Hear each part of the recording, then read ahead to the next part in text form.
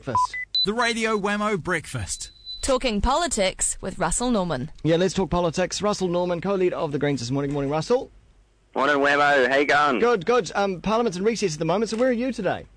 I'm just walking into work. It's walk to work day. Oh, is it? Is it an international or national walk to work day, or is that's your day every day, isn't it? I know. Sometimes I ride or bus. Yeah. No, I don't know. I think it's a national walk to work day. Yeah, I think it's around the country today. They've got breakfasts and stuff for people walking to work and all that kind of gear. Now, if I know anything about you, it's mainly because you're worried about the environment and whatnot, and the oil. Oil, yeah, oil price is up again. Price of 91's going over $1.80 a litre today again, which is the first time it's gone up there since 18 months ago when it peaked at I think $2.20 a litre. Yeah. What's forcing that going up? back up again? Why is it going up? Well, it's obviously the capacity to supply is finite because it's a finite resource, and as the global economy is now kind of got a shallow recovery, then it's got a shallow recovery, and so it's kind of driving up demand a bit. So China, of course, is still growing, and so the demand is pushing up some of the price. So really, the cheaper oil that we've seen over the past year has kind of been false. It's not real.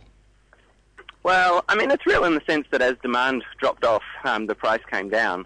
But what we're seeing now is that as the demand kind of picks up a little bit, the price is going to start to climb again. Yeah. I mean, the International Energy Agency says that we're looking at peak oil within the next 15 years. That is the peak rate of production. You won't be able to produce it any faster. And so, we're looking at the end of cheap oil. There'll still be oil, but it won't be cheap, which is why it's so stupid. And you'd have to be a zombie to throw billions of dollars at new state highways and new motorways. A zombie, I like that term. Yeah, well, it's zombie thinking to think that in a world of rising oil prices, you should borrow billions of dollars, like 10.7 billion over the next 10 years they're proposing. So future generations are going to have to pay off those loans and service the debt.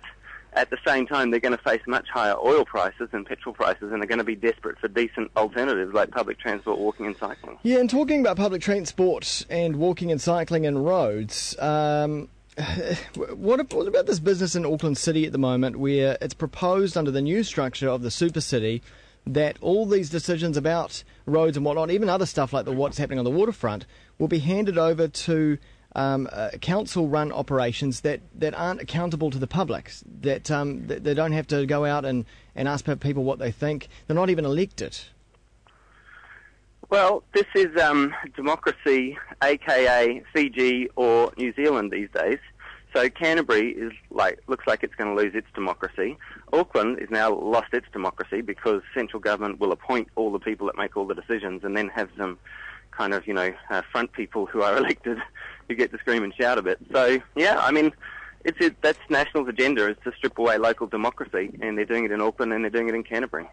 I mean, is this sealed? Is it going to happen, or what can people do about this?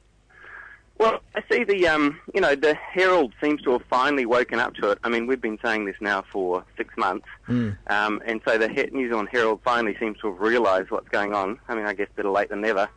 And so, potentially public pressure on the government could push them back a bit, but it will just depend how much public pressure they feel, because the way this government tends to work is it puts up unpopular and stupid proposals and then sees how the public respond to it.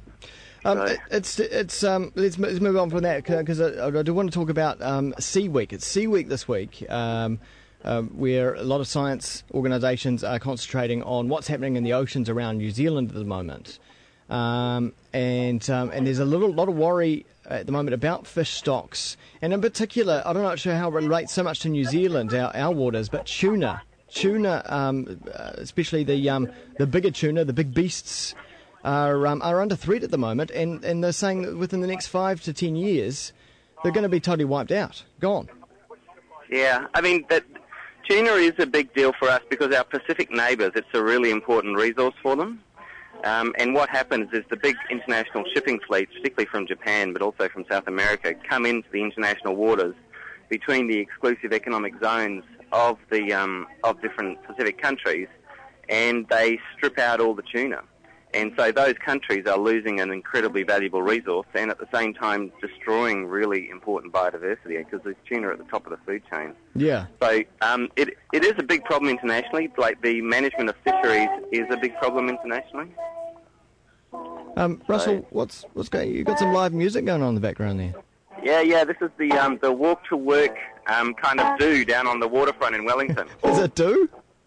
It's like, nice. There's music and stalls and a bit of food they're giving away and stuff like that. Oh, wow. That's pretty cool. And what kind of stalls and what sort of food are they serving at this time in the morning? Well, I don't know. I think they're serving a bit of coffee and maybe a bit of toast. I'm not quite sure, to tell you the truth. Who's on the guitar? I don't know. Who's on the guitar, Iona? The Councillor Pennett's here. She's from Wellington City Council, and she's just here with her new baby. She's walked in, haven't you, Iona? Oh, nice. Is there many people there? There's probably, I don't know, a couple of hundred. There's people kind of dropping in and out as they wander along the waterfront. Yeah. Oh well, if you're currently commuting to work or thinking about commuting to work in Wellington this morning, don't pick up those car keys. Walk, and whereabouts down on the waterfront are you?